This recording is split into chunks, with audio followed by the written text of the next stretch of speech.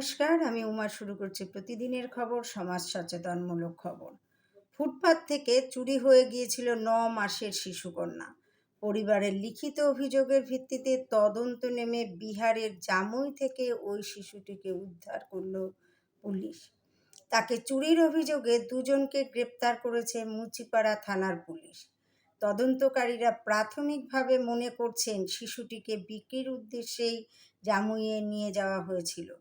Police সূত্রে জানা গিয়েছে, মুচিপাড়া থানা এলাকায় সূর্য সেন স্ট্রিটে ফুটপাতবাসী মায়ের সঙ্গেই থাকে ৯ মাসের ওই শিশুটি। গত রবিবার রাতে মেয়েকে নিয়ে ফুটপাতেই ঘুমোচ্ছিলেন তার মা। পরদিন ভোরে উঠে তিনি দেখেন বিছানায় মেয়ে নেই। তাকে দেখতে না পেয়ে আশেপাশে খোঁজ করতে শুরু করেন, কিন্তু কোনোভাবেই শিশুটির খোঁজ পাওয়া যায়নি। এরপর সকালে মুচিপাড়া থানায় লিখিত অভিযোগ দায়ের করেন শিশুটির মা। তদন্তে নেমে ওই জায়গা এবং সংলগ্ন এলাকার সিসি ক্যামেরার ফুটেজ খতিয়ে দেখেন মুচিপাড়া থানা ও লালবাজারের গোয়েন্দারা। সেই ফুটেজে দেখা যায় ঘটনার দিন ভোর 4টে নাগাদ এক ব্যক্তি ওই রাস্তা দিয়ে সন্দেহজনকভাবে সাইকেল ভ্যান চালিয়ে যাচ্ছে। এরপর শুরু হয় ওই ব্যক্তির খোঁজ।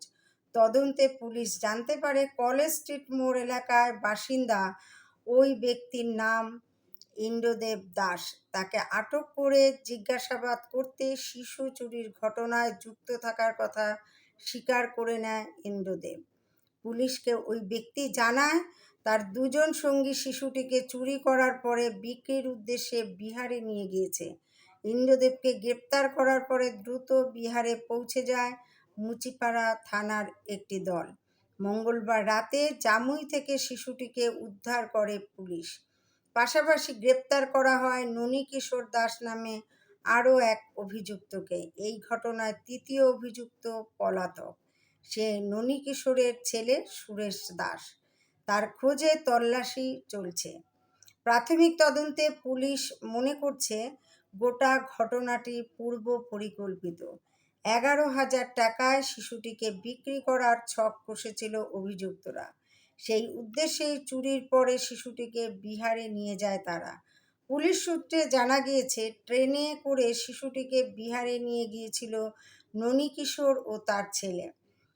প্রাথমিকভাবে পুলিশ মনে করছে এই ঘটনার পেছনে বড়সড় কোনো শিশু চুরি চক্রের হাত থাকতে পারে। অভিযুক্তরা শিশুটিকে বিহারে নিয়ে যাওয়ার জন্য অগ্রিম কোনো টাকা নিয়েছিল কিনা তাও খতিয়ে দেখা হচ্ছে। এক তদন্তকারী আধিকারিক বলেন, এই ঘটনার পেছনে বড় কোনো পাচার চক্র থাকতে পারে। এই ঘটনাটি থেকে কিন্তু আমরা জানতে পারি যে পথশিশুরা কতটা অসুরক্ষিত। তাদের নিয়ে নানান রকমভাবে নোংরামো চলে। আর এছাড়া বিক্রি করে দেওয়ার মতন একটা শিশুকে এত বড় সাহস দেখানোর মতন কারবার করে কত দুর্বৃত্তরা। তাহলে চিন্তা করে দেখুন যে এত উন্নয়ন করার জন্য সমস্ত সংস্থা রয়েছে, তারাও কিন্তু তাদের চোখও কিন্তু ফাঁকি পড়ে যাচ্ছে এইসব ঘটনার থেকে। কেউ ভাবতেই পারি না আমরা যে এই ধরনের দুর্ঘটনা ঘটতে পারে, এতটা অসুরক্ষিত থাকতে পারে পথশিশুরা। তারা রাতে শুয়ে থাকলে যে কত রকমভাবে বড় বড় বিপদ ঘটে সেসব তো আমরা জানতেই পারি না। আর এদেরকে সুরক্ষিত করার জন্য যে সমস্ত সংস্থা রয়েছে তাদেরকে আরও বেশি তৎপর হতে হবে এবং প্রশাসনকে অবশ্যই দেখতে হবে যে এই পথশিশুরা যেন সুরক্ষিতভাবে থাকে, নিশ্চিন্তে থাকতে পারে। দেখুন, এই শিশুকন্যাটির মা নিশ্চিন্তে ঘুমিয়েছিলেন, কিন্তু সকালবেলা উঠে দেখলেন যে তার শিশুকন্যা নেই। আর শুধুমাত্র এইখানে নয়, কলকাতার থেকে রাতারাতি পাচার হয়ে গেল বিহারে শিশুটি। তা কত বড় এই একটা চক্র থাকলে এত তাড়াতাড়ি এত দূরে নিয়ে গিয়ে শিশুটিকে আবার বিক্রি করে দিতে পারে। মাত্র 10 থেকে 11,000 টাকা একটি শিশুর প্রাণের দাম। তাহলে চিন্তা করে দেখুন যে আমরা কোন সমাজে বাস করছি, এখন কোন সময়ে আমরা বসবাস করছি, যে দুষ্কৃতীরা কত দূর বাড়াবাড়ি করলে যে এত বড় একটা দুর্ঘটনা ঘটিয়ে দিতে পারে। একটা রাতারাতিতে একটা শিশু কলকাতা থেকে পাচার হয়ে গেল বিহারে। সেখান থেকে যাই হোক, পুলিশি তৎপরতায়, পুলিশি সহায়তায় এবং তাদের কাজের কিন্তু প্রশংসা করতেই হয়, কারণ এক রাতের মধ্যেই কিন্তু একদিনের মধ্যেই তারা কিন্তু খুঁজে বের করেছে সেই দুর্বৃত্তকে, আর খুঁজে বের করেছে সেই শিশুটিকে ফিরিয়ে দিয়েছে তার মায়ের কোলে।